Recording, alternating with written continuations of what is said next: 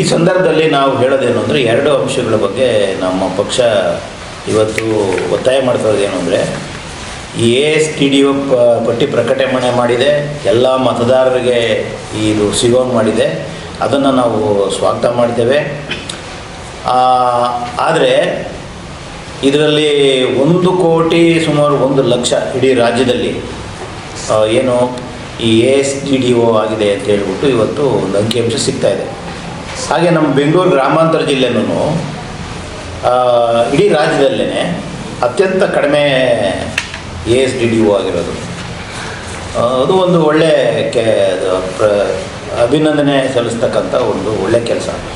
ಅತಿ ಕಡಿಮೆ ನಮ್ಮ ತಾಲೂಕಿಂದನೇ ಉದಾಹರಣೆಗೆ ದೊಡ್ಡಬಳ್ಳಾಪುರ ವಿಧಾನಸಭಾ ಕ್ಷೇತ್ರ ಕೇವಲ ಈಗ 20,000ಕ್ಕೆ ಬಂದು ನಿಂತಿದೆ.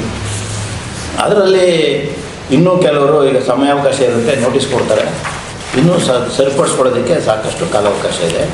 ಆದರೆ ಬೇರೆ ಜಿಲ್ಲೆಗಳಲ್ಲಿ ಲೆಕ್ಕ ಹಾಕಿದಾಗ ಅಥವಾ ಬೆಂಗಳೂರು ನಗರ ಜಿಲ್ಲೆಗಳು ಕೆಲವು ಜಿಲ್ಲೆಗಳಲ್ಲಿ ಲೆಕ್ಕ ಹಾಕಿದಾಗ ತುಂಬ ಇದರ ವ್ಯಾಪ್ತಿಗೆ ಬರುತ್ತೆ.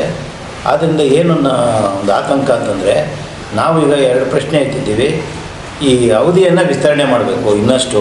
ಈಗ ಒಂದು ಸಾರಿ ವಿಸ್ತರಣೆ ಮಾಡಿ ನಾಳೆ 8ನೇ ತಾರೀಕಿಗೆ ಮಾಡಿದ್ದಾರೆ, ಈಗಲೂ ಸಹ ಇನ್ನಷ್ಟು ವಿಸ್ತರಣೆ ಮಾಡಬೇಕು ಅಂಥೇಳಿ, ಮತ್ತು ಕೆಲವು ಕಾರ್ಯವಿಧಾನಗಳನ್ನು ಜಾರಿ ಮಾಡಬೇಕು ಅಂತ ಹೇಳ್ಬಿಟ್ಟು ನಮ್ಮ ಪಕ್ಷ ಕೊನೆಗೆ ನಾವು ಅದನ್ನು ಹೇಳಿದೆ. ನಾವು ಈಗೇನು ಮಾಡ್ತಾಯಿದ್ದಾರೆ ಇವರು ಅಂದರೆ ಈ ASTDO ಆಗಿರುವಂಥವ್ರಿಗೆ ವಾಸದ ದೃಢೀಕರಣ ಕೊಡೋದಕ್ಕೆ ಕೇವಲ 4 ದಿನ ಈಗ ಟೈಮ್ ಕೊಟ್ಟಿದ್ದಾರೆ. ಅದು ತುಂಬ ಅಸಹಜ, ಅದು ನ್ಯಾಯಸಮ್ಮತ ಅಲ್ಲ.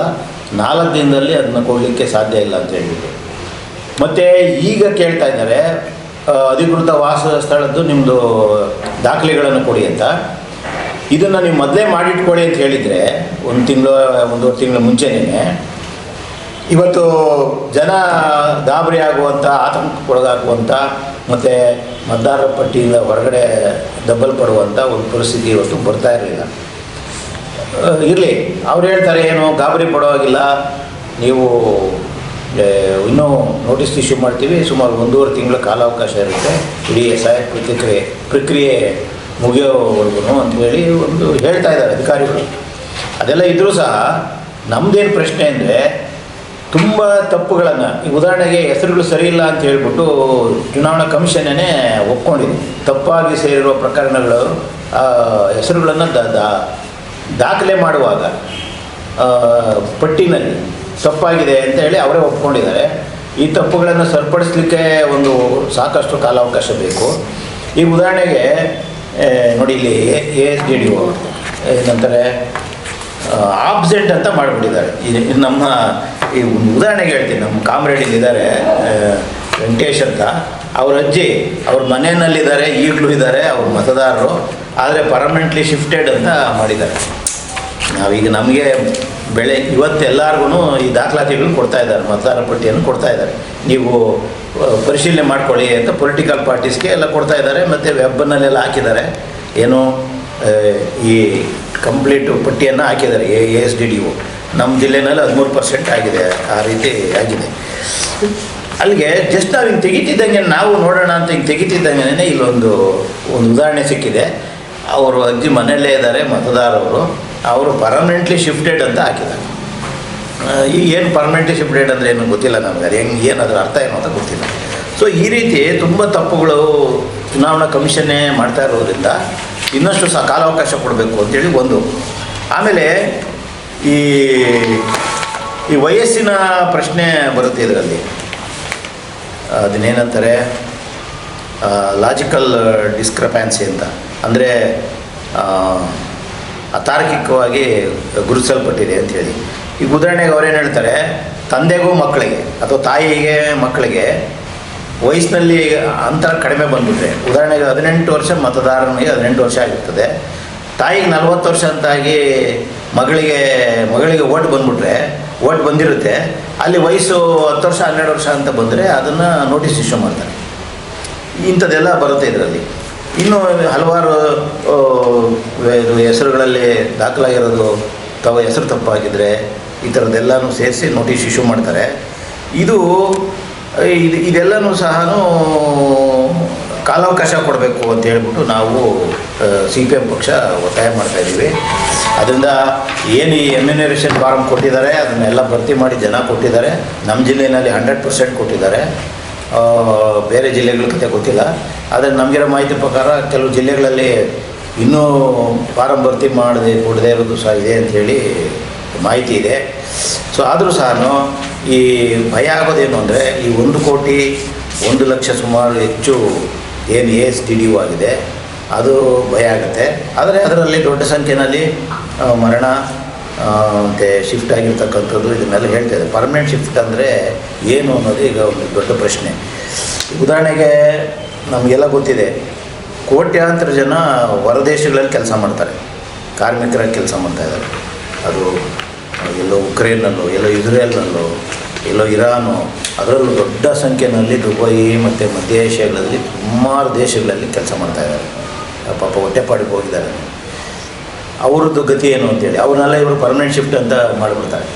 ಅವರು ಅಲ್ಲಿನ ಸಿಟಿಜನ್ಶಿಪ್ ಇರೋದಿಲ್ಲ, ಅವರು ಭಾರತೀಯರೇ, ಅವರು ಅಲ್ಲಿ ಕೆಲಸ ಮಾಡ್ತಾರೆ, ಹೊಟ್ಟೆಪಾಡಿಗೆ ಹೋಗಿರ್ತಾರೆ. ಇದೊಂದು ಪ್ರಶ್ನೆ ಇದೆ. ಅವ್ರು ಇಲ್ಲಿ ಬಂದು ಅಕಸ್ಮಾತು ವಾಸಸ್ಥಳದ್ದೆಲ್ಲ ಸಿಗಲಿಲ್ಲ ಅಂದರೆ ಅವ್ರು ಮತನ ಕಳ್ಕೊಳ್ತಾರೆ. ಆಮೇಲೆ ಈ ದೇಶದಲ್ಲಿ ಎಷ್ಟೋ ಜನಕ್ಕೆ ಒಂದು ಕಾಯಂ ವಾಸಸ್ಥಳದ ಒಂದು ದೃಢೀಕರಣ ಕೊಡಲಿಕ್ಕೆ ಸಾಧ್ಯ ಇಲ್ಲ ಅನ್ನೋ ರೀತಿಯಲ್ಲಿ ಜನ ವಲಸೆ ಹೋಗ್ತಾ ಇರ್ತಾರೆ, ಹೊಟ್ಟೆಪಾಡಿಗೆ ವಲಸೆ ಹೋಗ್ತಾ ಇರ್ತಾರೆ. ಅವ್ರಿಗೆ ಯಾವುದೇ ಆಸ್ತಿ ಇರೋದಿಲ್ಲ, ಅವ್ರಿಗೆ ಸ್ವಂತ ಮನೆ ಇರೋದಿಲ್ಲ.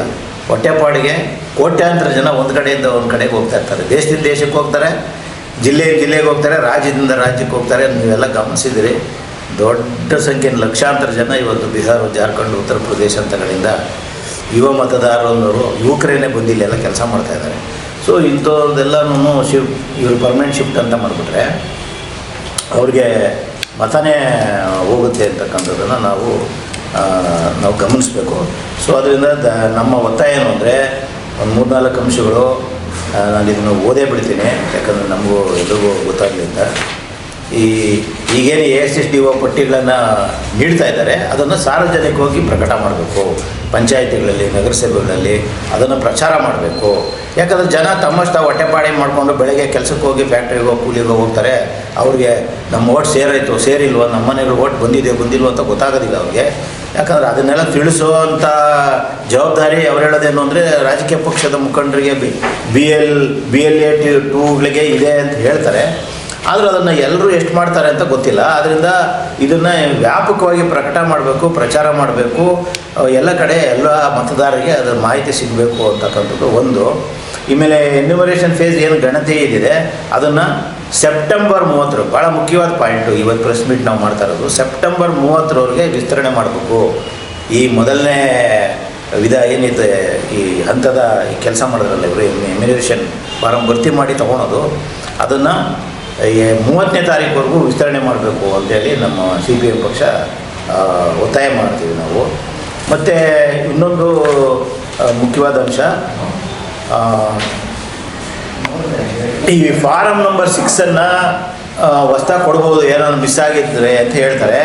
ಆದರೆ ಅದಕ್ಕೇನಾದರೂ ಒಂದು ಅವಧಿ ಫಿಕ್ಸ್ ಮಾಡಿದಾರಾ, ಅದಕ್ಕೆ ಅವಧಿನೇ ಇಲ್ವಾ, ಅದು ಯಾವಾಗ ಬೇಕಾದರೂ ಕೊಡ್ಬೋದಾ ಈ ಪ್ರೋಸೆಸ್ ನಡೆಯುವವರೆಗೆ ಅಂತ ಇರ್ತಕ್ಕಂಥ ಮಾಹಿತಿಗಳನ್ನೆಲ್ಲ ಜನಗಳಿಗೆ ಗೊತ್ತಾಗಿ ಮಾಡಬೇಕು ಅಂತ ಹೇಳಿ ನಾವು ಒತ್ತಾಯ ಮಾಡ್ತಾಯಿದ್ದೇವೆ. ಇಲ್ಲೊಂದು ಅಂಶ ಇದೆ, ನನಗೂ ಅದು ಅರ್ಥ ಆಗ್ತಾಯಿಲ್ಲ.